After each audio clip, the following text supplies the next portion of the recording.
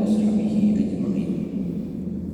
أما بعد فيا عباد الله أوصيكم ونفسي بتقوى الله وطاعته فقد فاز المتقون. قال الله تعالى في القرآن الكريم وهو أصدق القائلين: أعوذ بالله من الشيطان الرجيم بسم الله الرحمن الرحيم. سبحان الذي أسرى بعبده ليلا من المسجد الحرام إلى المسجد الأقصى الذي باركنا حوله لنريه من آياتنا إنه هو السميع البصير. صدق الله العظيم. Majelis sidang jemaah fardhu subuh yang dirahmati oleh Allah Subhanahu wa taala. Marilah sama-sama kita senantiasa memuji Allah atas limpahan rahmat dan karunia yang Allah berikan kepada kita semua. Salawat dan salam kita kirimkan ke hambaan junjungan kita Nabi besar Muhammad sallallahu alaihi wasallam. Para pemirsa Serat TV dan juga yaitu di channel Masjid Agung Rohama Takimon atau channel Marta Takimon, dan juga para pendengar RRI dimanapun Anda berada, dan para seluruh jamaah fardhu subuh yang dirahmati oleh Allah Subhanahu wa taala. Pada pagi ini kita sedikit akan membahas yaitu hikmah perjalanan Isra Mi'raj Nabi sallallahu alaihi wasallam. Melalui tafsir Ibnu Katsir kami sedikit menguraikan yaitu hikmah perjalanan ini. Allah Subhanahu wa taala berfirman dalam Quran surah Al-Isra ayat pertama, Subhanalladzi asra bi 'abdihi lailan minal masjidil haram ilal masjidil aqsa. Maha suci Allah yang telah memperjalankan hambanya dari Masjidil Haram pada suatu malam, dari Masjidil Haram menuju Masjidil Aqsa alladzi barakna haulahu linuriyahu min ayatina, yang kami berkahi di sekelilingnya. Barakna haulahu linuriyahu min ayatina, supaya kami perlihatkan tanda-tanda kekuasaan kami kepada Allah. Innahu huwas samiul basir, sesungguhnya Allah itu Maha mendengar lagi Maha melihat. Di dalam tafsir Ibnu Katsir disebutkan, saat Rasulullah sallallahu alaihi wasallam sedang tertidur di Masjidil Haram, datanglah 3 malaikat. Rasulullah hanya mendengarkan suaranya saja. Lantas kemudian yang pertama berkata, manakah yang akan kita bawa?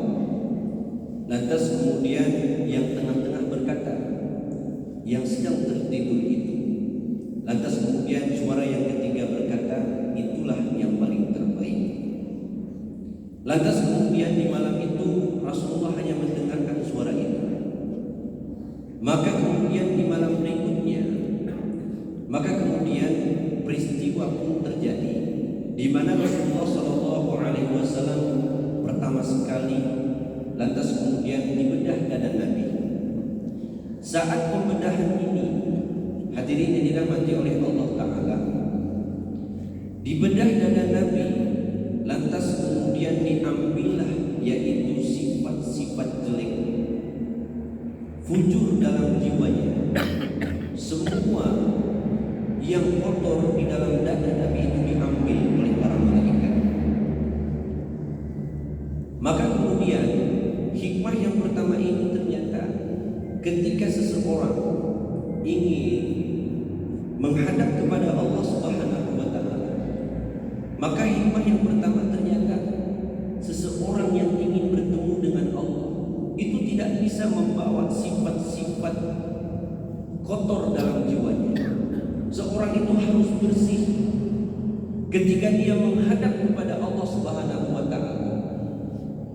Sifat-sifat wujud dalam jiwa itu harus dihilangkan.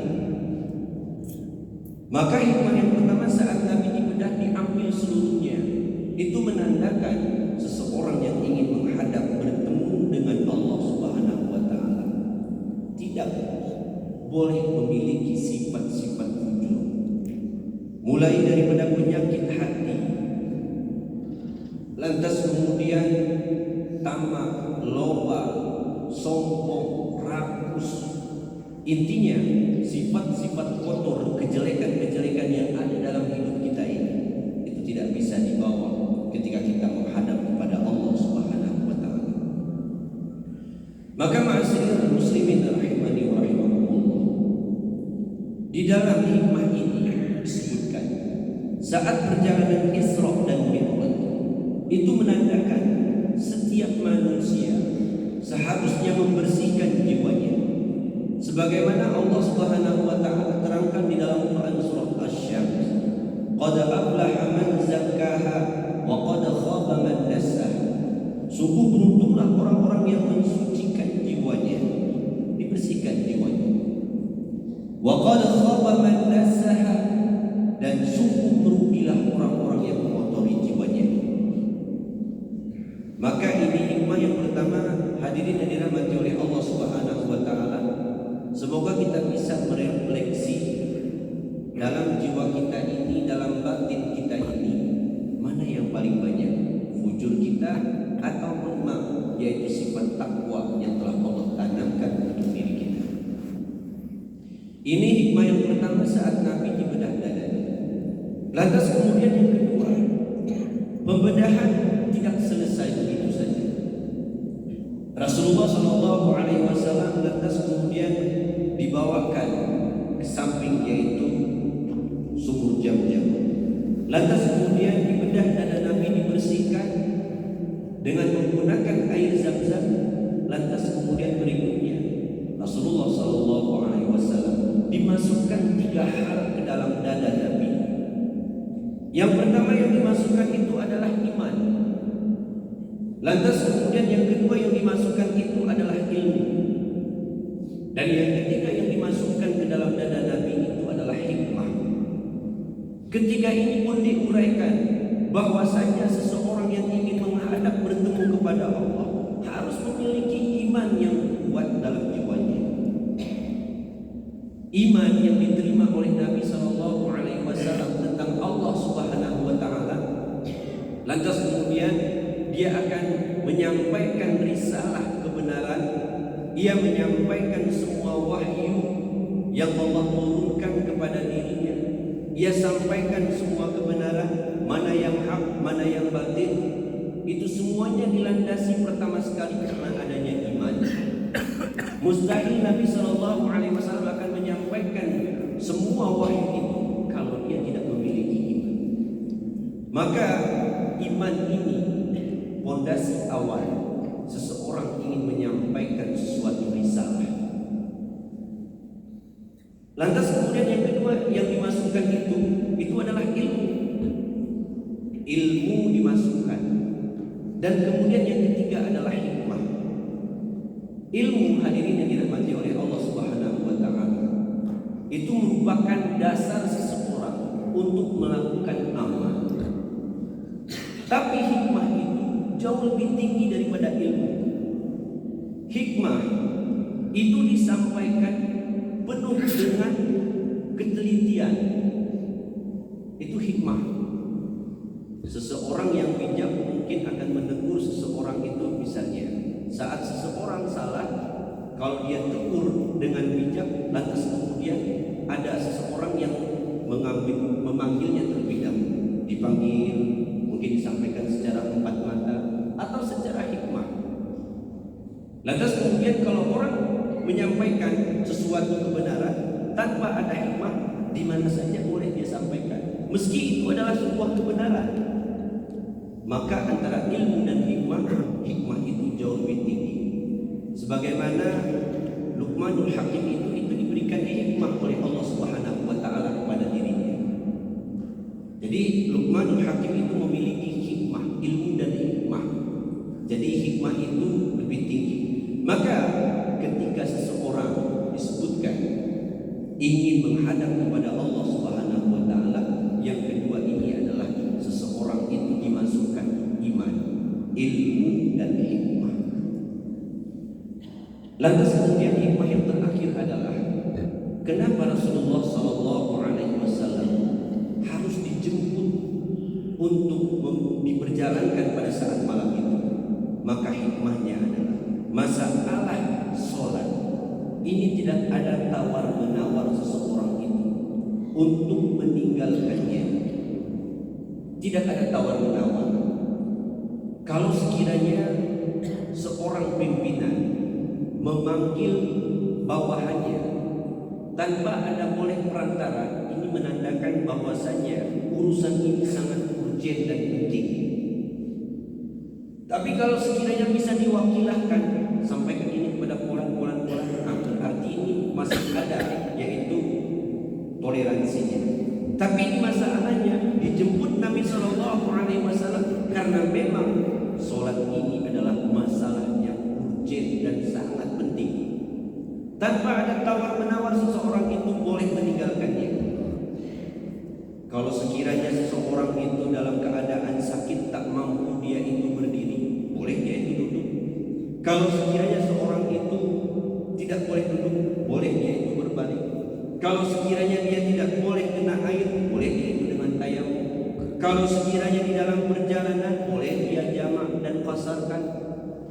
Kalau sekiranya dia lupa, dia harus mengqadanya. Intinya tak ada tawar-menawar masalah sholat. Kalau ibadah yang lainnya, hadirin yang dimuliakan oleh Allah Ta'ala, masih bisa ada konsekuensinya. Puasa yang dilaksanakan mungkin tak sanggup, lantas kemudian diganti di hari-hari yang lain, ada 11 bulan menggantinya. Kalau tak sanggup pula untuk menggantikannya, boleh ditunaikan dengan fidyahnya. Intinya ada cara alternatif untuk menggantikannya. Ibadah haji begitu pula. Kalau bagi yang sanggup, dia laksanakan. Yang tidak sanggup, dia tidak diwajibkan. Zakat juga begitu. Kalau sekiranya sudah sampai haul dan nisab dari harta yang kita miliki itu, wajib kita tunaikan. Kalau sekiranya tak sampai haul dan nisab, tak perlu ditunaikan. Tapi untuk masalah ibadah sholat ini sangat penting. An Ibnu Mas'ud radhiyallahu anhu qala Nabi sallallahu alaihi wasallam, ma afdalul amal, amal apa yang paling baik, amal apa yang paling dicintai oleh Allah.